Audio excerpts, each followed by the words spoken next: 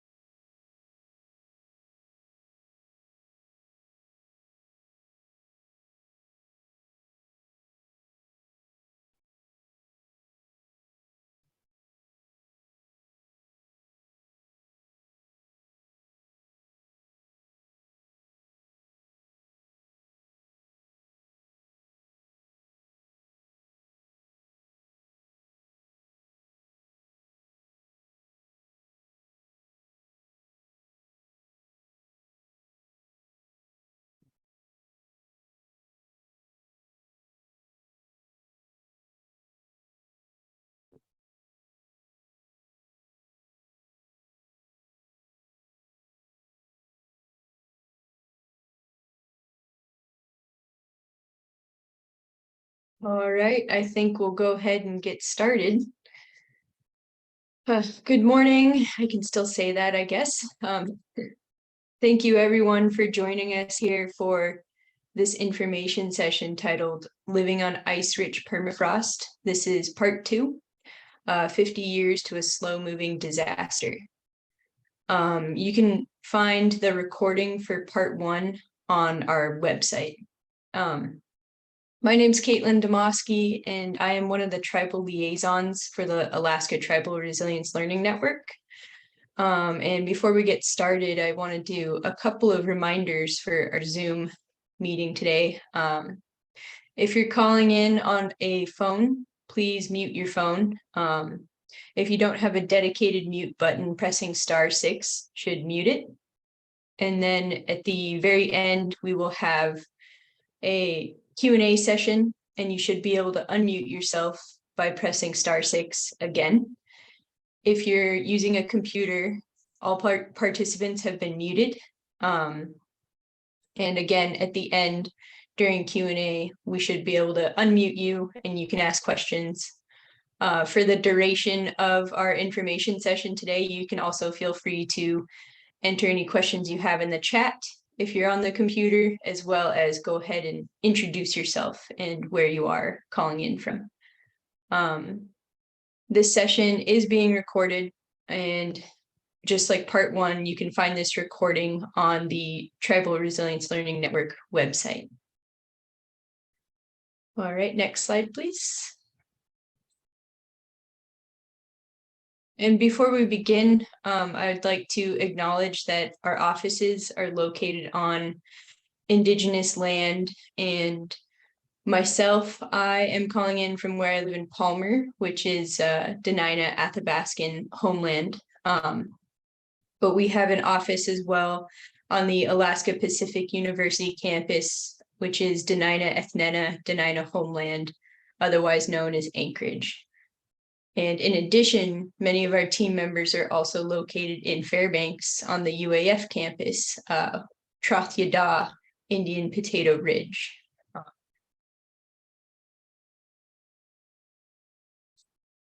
And next slide, please. Quick overview, if this is your first information session that you're joining us for. So we are the Alaska Tribal Resilience Learning Network, and some ways that you can engage other than being present for these information sessions is by We have one-on-one check-in calls where we can provide technical assistance as well as monthly check-in calls.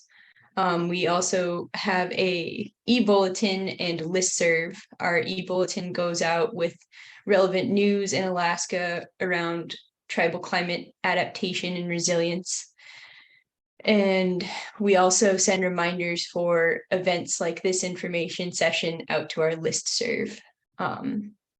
We also provide in-person trainings, and sort of our goals here at the Learning Network is to create a community of learning and sharing and support for Alaska tribes and Indigenous communities that are responding to the current and future impacts of climate change. And with that, I can go ahead and introduce our session today. Next slide, please. So today, again, this is part 2 of this information session, and we'll be hearing again from community members from Point Lay about work being done for adaptation to permafrost thaw. And yeah, we would just like to thank our speakers today. We have Bill Tracy and Kuno Curtis and Billy Connor for being willing to present and share with us here today, especially for a part 2. We think that they're able to highlight the impacts that are being experienced from climate change in our communities, and specifically how climate change and accelerated permafrost thaw is affecting communities and infrastructure. And we know that this work that's being done in this project has some significance with collaboration and partnerships with respect to community needs and interests. And so, yeah, again, just thank you for being here. And we know there's a lot of interest in the work that's being done. So, yeah, with that, we have Bill Tracy, who is with the North Slope Borough Assembly and is also a Point Lay resident. We have Kuno Curtis, who's Point Lay Fire Chief, and also Billy Connor, who is Director for the Arctic Infrastructure Development Center at UAF. So thank you all for joining, and I'll go ahead and hand it off.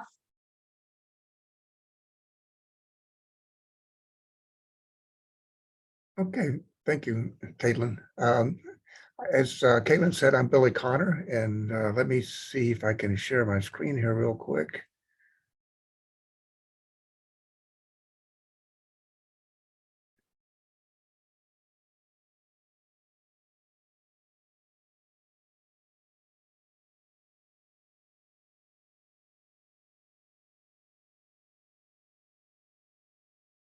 Okay, hopefully that's working for you. Just as to acknowledge who we're working for here as part of this project, we're one of the Navigating the New Arctic projects, Landscape Evolution and Adapting to Change. Dr. Skip Walker is the PI on the project, and this is part of that effort, and it's the Point Lay portion of that. As you know, Point Lay has been in its current location for a while now, and we're starting to see a lot of changes that are occurring there. And those of you with us last time, Bill and Kuno did a wonderful job of explaining how it's affecting their daily lives and how it's affecting the community as far as their health goes, and and all of the things that comes into play with all of that.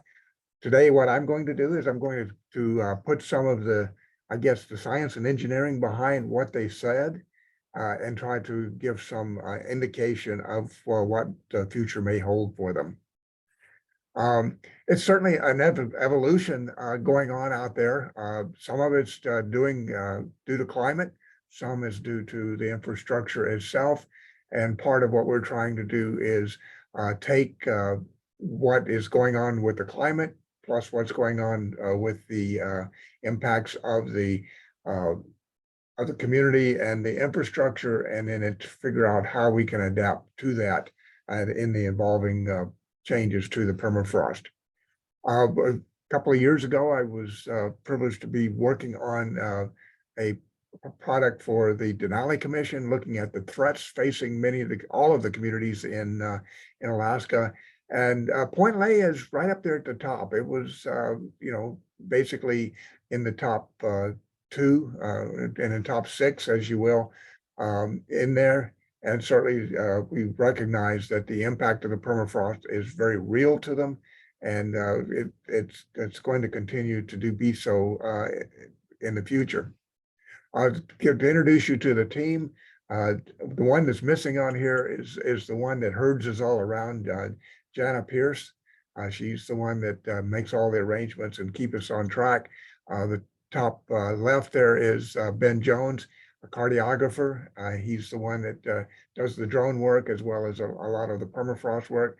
Misha Konevsky is the permafrost scientist and does all the coring for us and an interpretation in there. Yuri Schur is a permafrost science and engineering. And then we have Pepe there that's she's a geological engineer, and myself, I'm a civil engineer. So we've got quite a team here to look at that from from a number of different lenses and try to understand what's going on there. We're looking at Point Lay as a great case study to show the impact of infrastructure on the permafrost within the village. And one of the efforts that we did, especially Misha and Yuri and Ben led the effort to look at the soil profiles within the study area, within the community, and I'll go into that a little bit. And then we used the data that Ben collected to get an idea of the rate of thaw that's going on within the village and just outside of the village. And then we can compare the change within the village to the undisturbed area. And I think that gives us some sense of the relative impacts of climate change as it relates to the impacts of the village. And then understand the infrastructure rather than just individual structures. And we'll talk about that a little bit as well. The infrastructure out there, as we heard from Bill and Kuno, is failing rapidly. The water system is completely failed and is in a process of being abandoned at this point in time. At one time they had 70 homes on there, and I think they're down to, I know they're down to under 30. They're probably under 20 right now. One of the 3 water tanks failed a few winters ago. That was well over $1 million. 1/3 of their water supply was lost that winter. And then the supply lake itself was lost to the river cutting through the ice wedge that separated the water supply lake from the river. And Bill talked a bit about that last time. And then we're seeing more of the homes starting to be abandoned due to the thawing permafrost. And in an area where homes are in short supply, every home that's lost due to the permafrost is a major blow to the community. And Bill talked a little bit about the new 8-plex that has gone in, which helped out. And they're also in the process of putting a few duplexes in that will also help with the shortage of housing. We used what's called a Supercore. In there, you can see that Misha is using that. It's was 10 boreholes around the community looking at that. It's really a nice device. All you need is a good heavy battery operated drill to take those cores. And then the Kovac auger allows us to drill down through the ice wedges to get an idea of the thickness of the ice wedge. And Misha and Ben can look at that and give you some idea when the ice wedge was formed. So that was very helpful in looking at that. And you can see there the 25-foot auger there that Ben is holding up to get through that some of those ice wedges. Misha did the coring and analysis on that. On the right, we see an ice wedge core, and on the left, we see the permafrost core in that.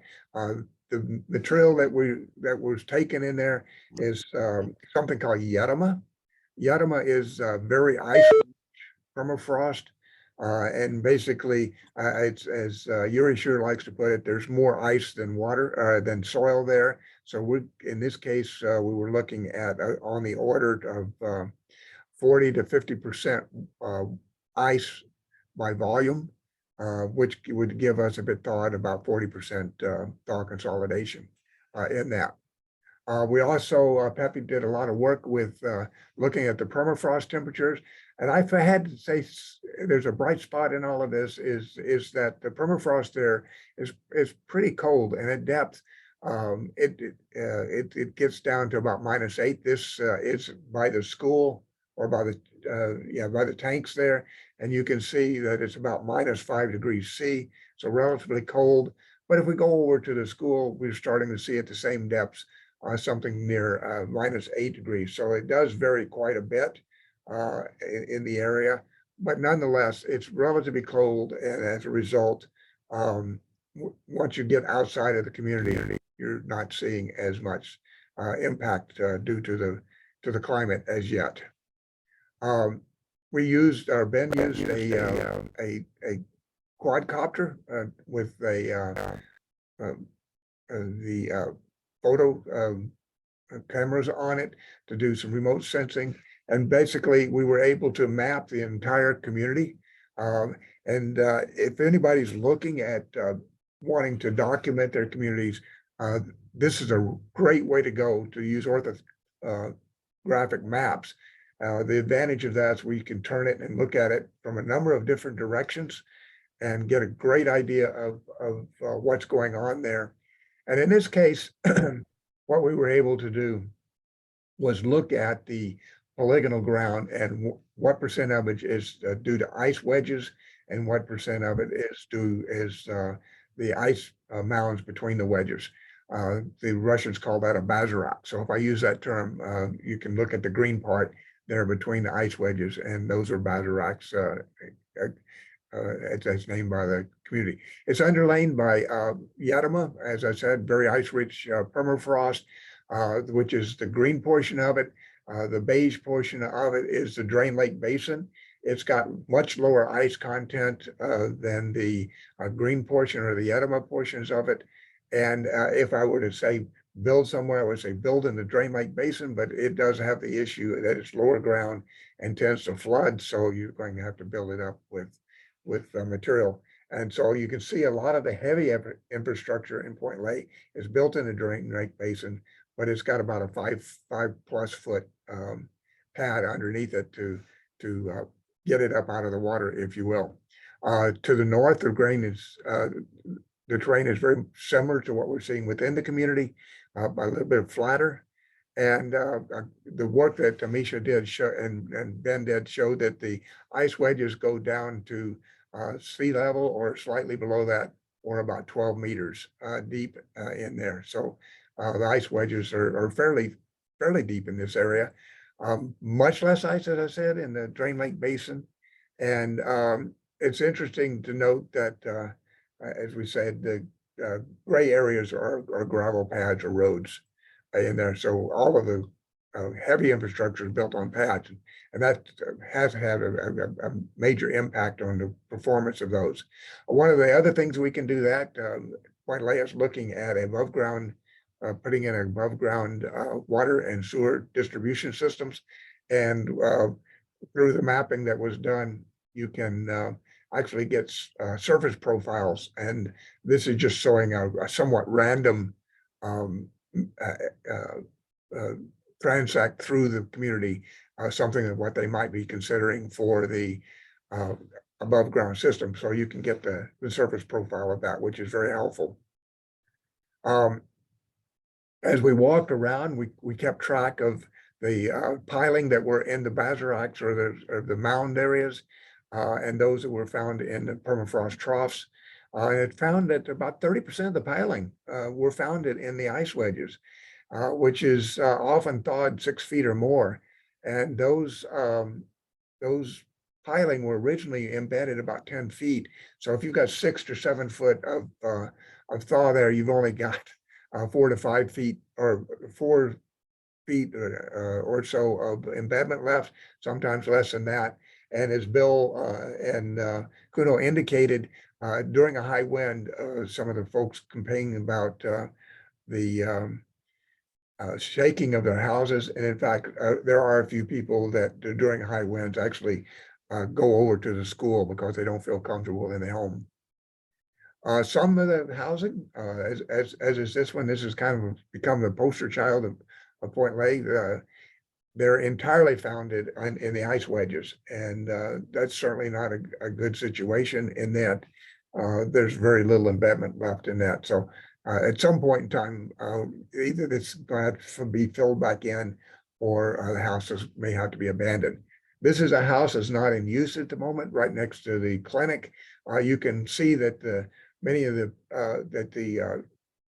pad is sloughing into one of the ice wedge troughs, and it's taking some of the piling with them. You can see some of the piling there on the left or on the right has been spliced, and the stairwell is failing. So that's right. So I'm going to shift gears a little bit, and we're going to talk a little bit about the failing infrastructure. And it's really easy to blame it entirely on climate change, but as we're going to find that the infrastructure is sometimes its own worst enemy. And this is a graphic that Ben put together for us, looking at the area affected. Basically, this is the area that is ice wedge or thermokarst that have been at least thawed a number of feet. We didn't measure the depth of all of them, but what we can see is a natural site that the ice wedges, you're seeing about 20% of the area is in ice wedges that can be seen. And then the 900 block is the newest, the 400 and 600 block are the oldest areas. And you can see that in those areas, the older areas that we're seeing, 900 block, which is about 4 or 5 years old now, we're seeing on the order of nearly 40% and about 55% in the older areas of town. So, we conclude from that it's really that the major driving force in there is really the infrastructure itself. Also, I had been look at this in a little more detail. These are aerial photos of the areas that we're talking about since 1949. You can see that while you could see the ice wedges political ground there back in 49, it really doesn't look too bad. So one could argue that when they were looking at putting the community in, that it really looked pretty good and it wasn't too bad a place to build. We could see it starting to show up a little bit in 1974 when the community was getting established. And if you look at it now, you can see the ice wedges are quite large. A lot of that is due to snow drifting, the housing and the drainage patterns being changed by the roads, and some of it's due to the failing of the water distribution system over time. So all of these things have added up to cause a problem. And if you look at 2019 to the area that's undisturbed in north, it's much less percentage of that of ice wedges showing through than in the community itself, and in the 900 block, which is in the middle. This is due to we're using the orthographic maps, what it would look like in there. And again, you can see to the north where it's undisturbed is much less degradation of the permafrost than is happening in the community. And if you look at the graphic on the right, you see that that is the area in the Yedema overall is changing fairly rapidly from what was originally there in 1949 to the overall disturbance. 1949 was around 1.5% or so, and it's now up to about 21% or 21.5%. So a fairly significant change over that period of time. And then if you look at it a bit more detail, you'll find that the natural area down at the bottom there, which is an interesting area, it's actually been disturbed by the Air Force. There was a road through there at one point, but you can see that the undisturbed areas in there in 1949 was almost no change, no degradation. But if you look at what it looks like here now, we're only seeing about 2 to 4% change in that area. The area to the north is changing a bit more than the area to the south, but it's interesting to note that the rate of change has remained constant between now and 1974 and between 74 and 2019. It's fairly the same. But if you look in the village, you can see at the bottom there that once the village was established in the early 1970s, that it's changed very rapidly. And where we're seeing right now the ice wedges in the natural areas are somewhere around 8 or 9%. We're seeing them up at around 60% degradation within the village. So it's quite high. And then looking at the rate of change over time, if we look at the 100 block, 200 blocks, we can see it's not too bad. But from the 300 block through the 800 block, the degradation has been quite high. And the 900 block, the 1,000 block is not quite as much, but they're the newest areas. So I guess it's interesting to note that the 500 and 600 block are the ones that are, and 800 blocks are the ones that are changing most rapidly. So there's something a little bit different there than in the 100 to 500 block or 100 to 400 blocks, which we have not been able to explain as yet. Again, looking at the thermal cars, looking at it a slightly different way in there for the two time periods. The yellow is north 49 to 74, and then from 74 to the present. So again, we're seeing the same trend in there, that the areas which are disturbed by the community itself is changing very rapidly. And then as looking at the permafrost, this is a little cartoon Misha put together for us, looking at the ice wedges. If it's some of the houses are partially in ice wedges and partially in between the ice wedges, and so you're getting some differential settlement going on there. But luckily the piling are still founded in the ice areas, but that's not going to be for much longer. So there needs to be something done fairly rapidly. The blue house that we saw earlier, that's entirely in there, it's just barely hanging on, as far as the ice is almost completely thawed beneath the house, and the embedment is getting to be less than 3 feet. So I expect to see some major movements in there in a not too distant future. So the recommendations we've come up with, we do feel like that there are some engineering solutions that we can apply to the community of Point Lay, but they really must begin soon. And as we've indicated, many of those houses, many of those piling are 3 feet or less embedment, and so we're not expecting that to last a lot longer. Excuse me.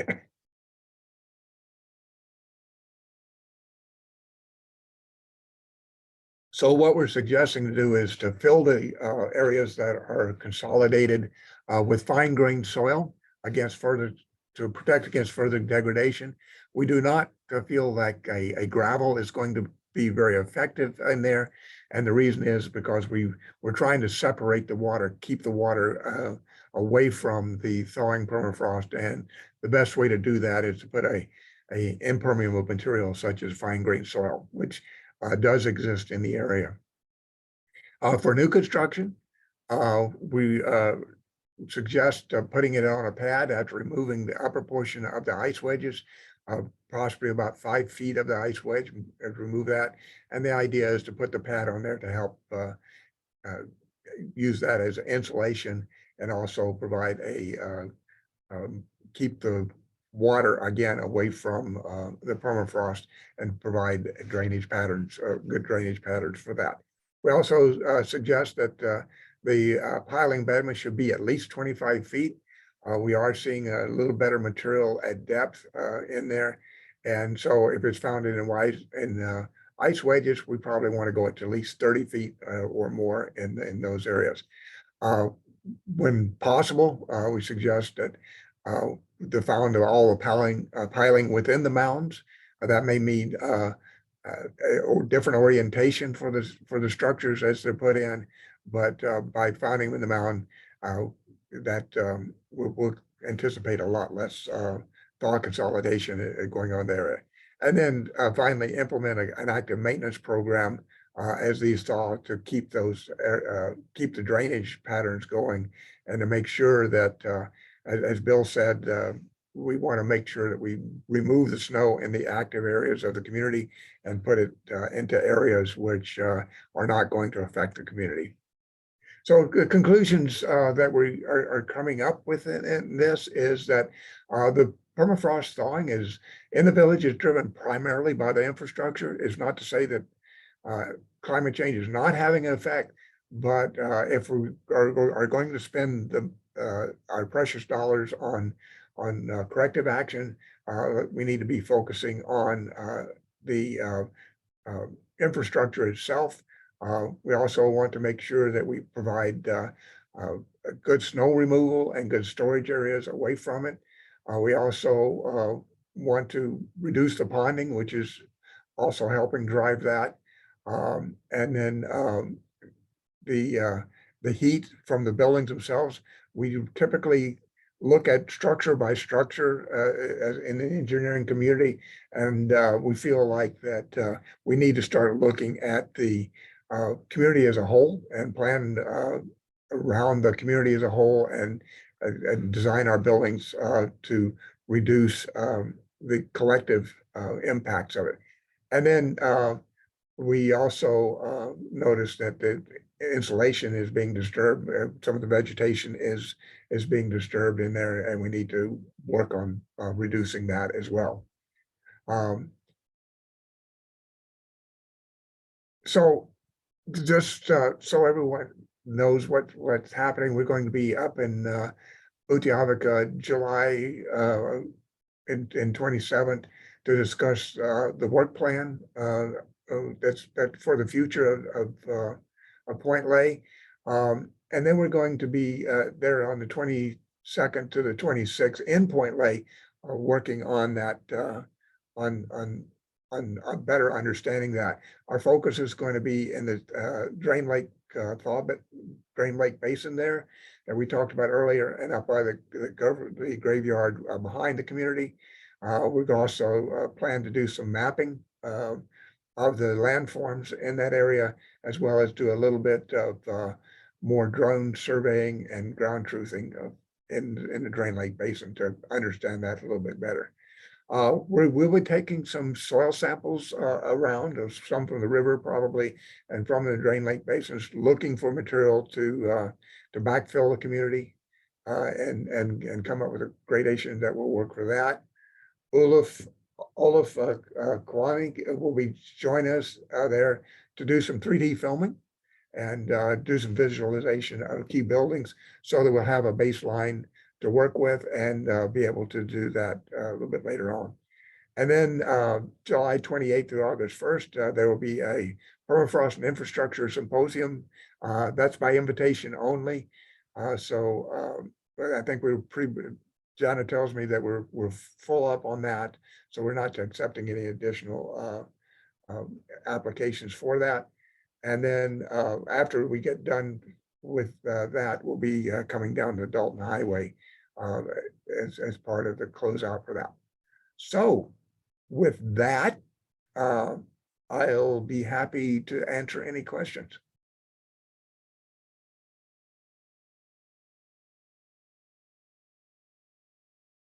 All right, thank you, Billy, for that overview there.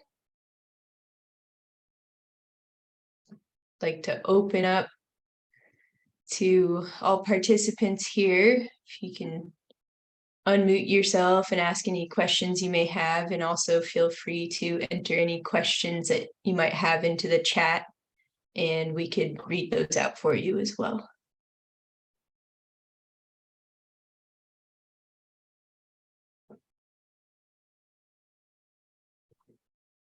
Everybody's being shy. Billy, that was a great presentation of the work. Yeah, I see Alec had asked a question. Is the goal to slow the permafrost to give the community more time to relocate or stop it to keep the community in place? The goal is to keep the community in place. The residents have indicated that they prefer to stay where they are if it's possible. That doesn't necessarily guarantee that we achieve that, but that is the primary goal. And so we're trying to do two things. One is, yes, we are trying to slow the permafrost thaw, and part of that effort, but we're also trying to make sure that any new structures that are built in the community are such that we get enough pile depth, or the foundations that we built are sustainable over the long term. There is a bottom to the Yadama. It's about 12 meters deep, and so we're hoping to get to at some point in time be able to take advantage of that. And I see another question from Stacy. Why are deeper piling suggested instead of above ground foundations? The community has been playing around, or the North Slope Borough has been playing around with what we call post and pad, which is a surface-based type of foundation. And the folks over at CCHRC has been playing around what we call rafted foundation, which is a thick insulation with a structure built on that. Neither one of those have been as successful as I would hope they would be. But that doesn't say that we have abandoned it. My understanding is the new duplexes are going to be founded on a thick gravel foundation with a post and pad on top of that. So we'll have to see how well that works. We know that piling will work if we put them deeper. So that's the reason we've been kind of proposing that. But if we can figure out a way to make a less expensive foundation work, we're certainly open to that discussion.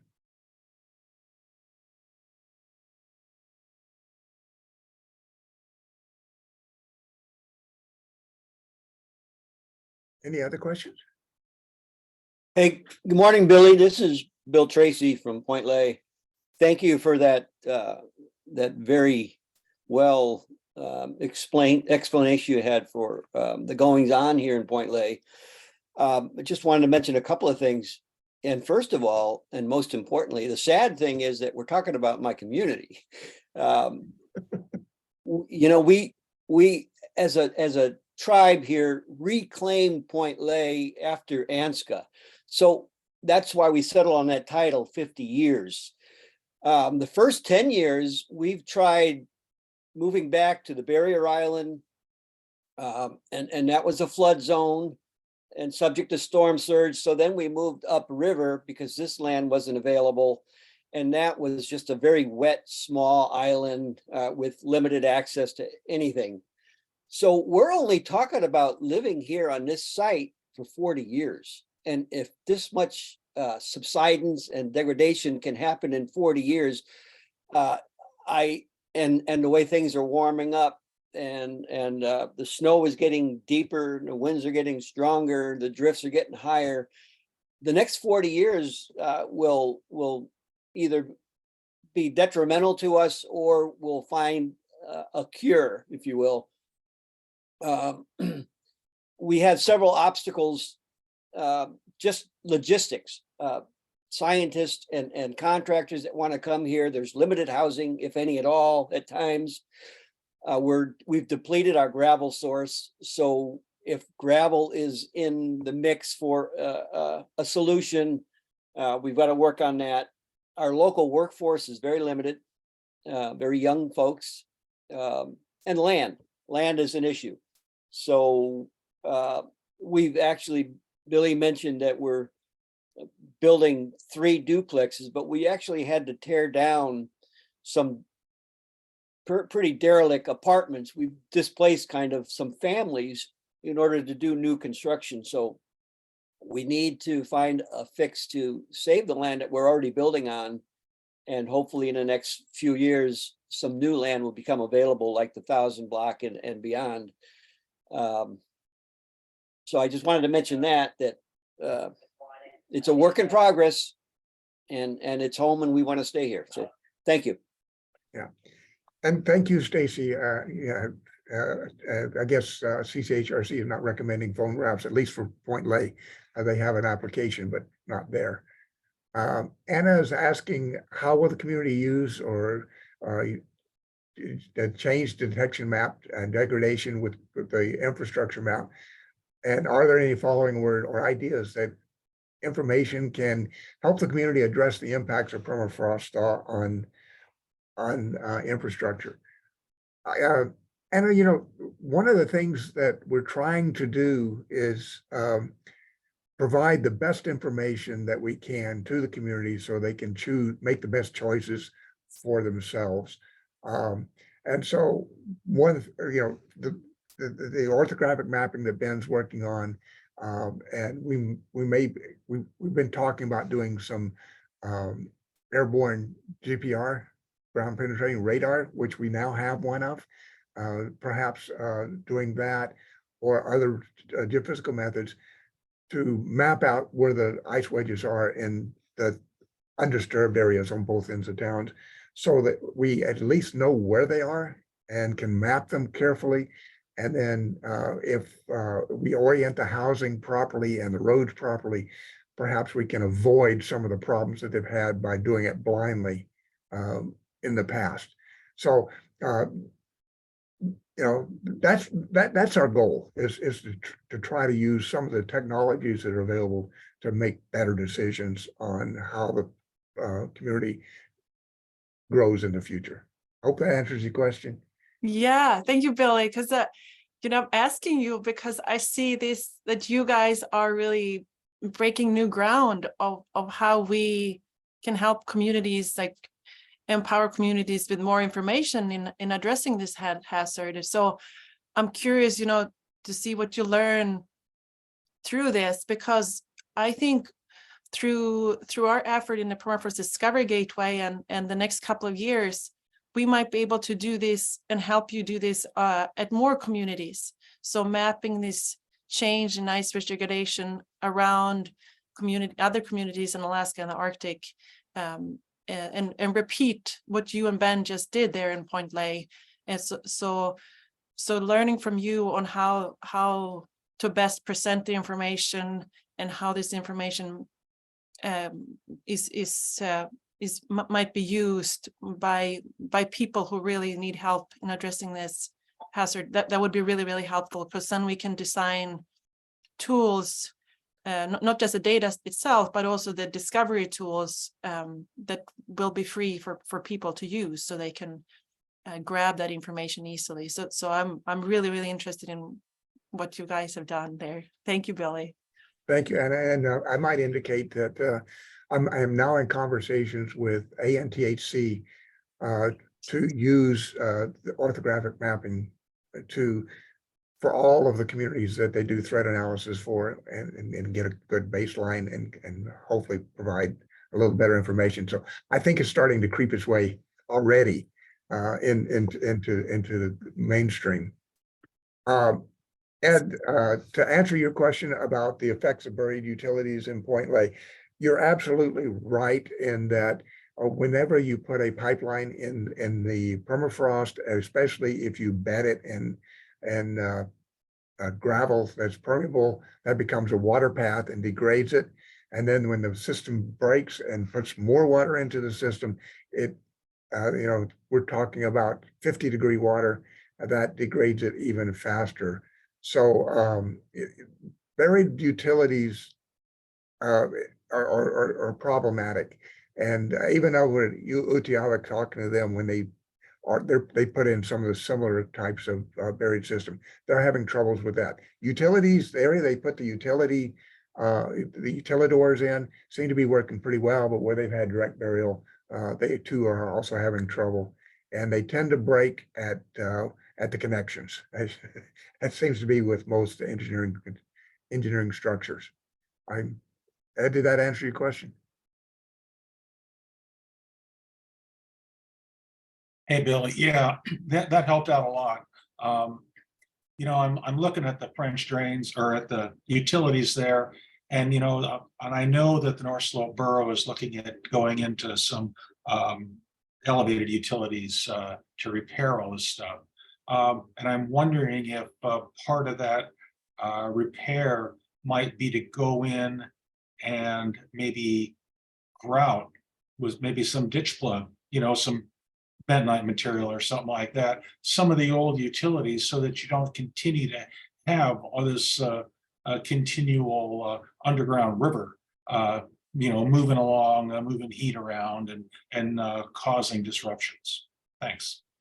Yes, in fact, Ed, we have been having some discussion with the borough about doing that, and we'll continue to have those discussions. Okay, cool. Thanks. Okay, thanks. Alec, the $5 million Biden's community-driven relocation grant, what will it be used for? You know, I'm not privy to all of the discussions that are going on there, but I do know that those discussions are ongoing. We're seeing some communities that are choosing to have a strategic retreat, if you will. Dillingham is one of those where they're moving up on the hill. And so I can't really answer the question directly, but I know that the discussion is ongoing. And there are several communities having those discussions as well. Oh, sorry, I couldn't give you a better answer on that one. And Billy, I think the $5 million in Point Ley's case is coming through the BIA's Tribal Climate Resilience Program, and it's for planning. So it's for to help the community decide what they would like to do in terms of either relocating or adapting in place or doing a phased retreat. So I Okay. think that's left to be decided by the community. Okay, thank you, Jenna. That's all the questions I have listed in the chat. Any other questions?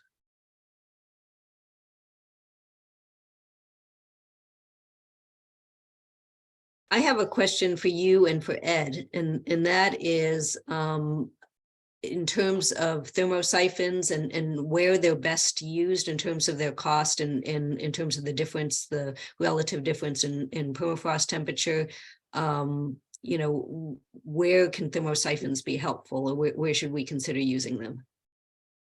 Ed's the expert on that one. Well, Jenna, I don't want to sit back and say you should use thermosiphons everywhere or anything, but you know, for heavy structures, thermosiphons are really good for these large at-grade structures that are on gravel fills. You know, thermosiphons are great for big tanks. They're great. You know, if you want piling not to heave, they're great in areas like that. You know, if you can design your housing and stuff so that you can put in deep piling and things, you know, the temperatures that you're showing there, you know, what was it, -5 C or so, you know, that's pretty cold. You probably don't need, you know, thermosiphon piling for house loads and the like in those type of areas. So, you know, it's, you know, I know, you know, there's thermosiphons on a radio tower there, and the only reason that the thermosiphons on the radio tower is because it costs too much to go in and do the geotechnical investigation for the radio tower. So they just designed it based on ice and used thermosiphons on there. So, you know, engineers can kind of take a look at, you know, what they need to do. But, you know, basically large structures, water tanks, the big buildings, stuff like the power plant, vehicle maintenance facilities and stuff. Thermosiphons are pretty good for all that stuff. For piling, if you're going to put piles in and you want to just make sure that they're not going to move up and down, you can use thermosiphon piles for that. And they can be made relatively inexpensively. They don't need huge thin areas or anything like that on them. But still it costs more than just a piece of pipe. Okay, thanks.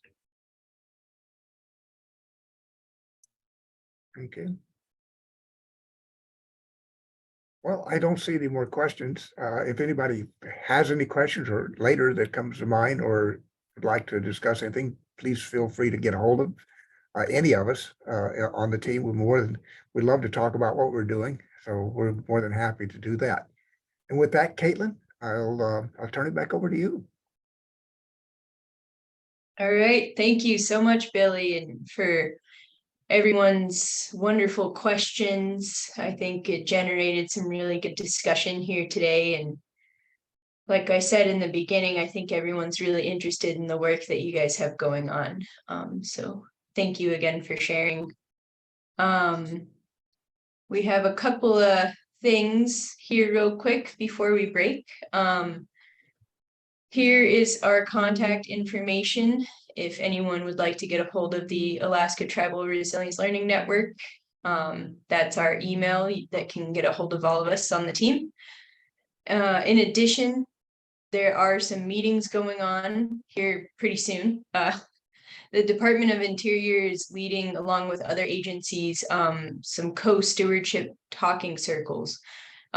This will be in person tomorrow in Juneau. And then next week, there will be an in-person meeting in Kotzebue.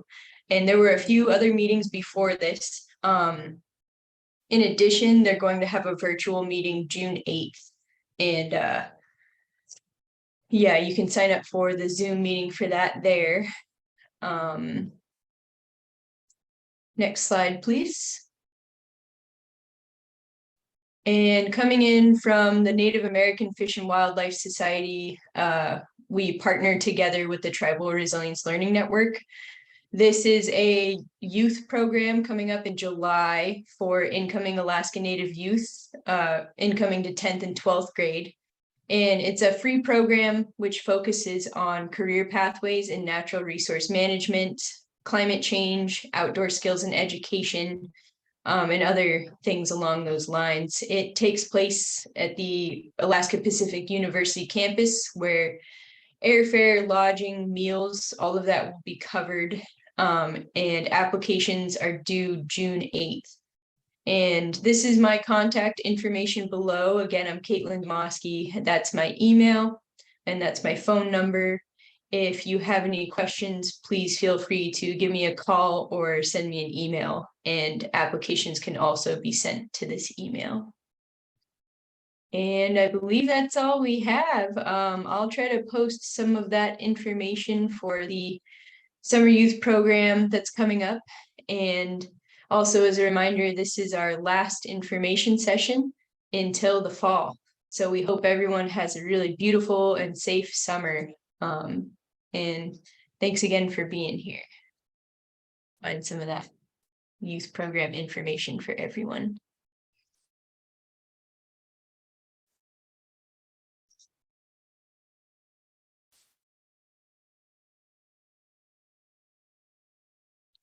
Thank you And all. thank you again. Thanks again to our presenters.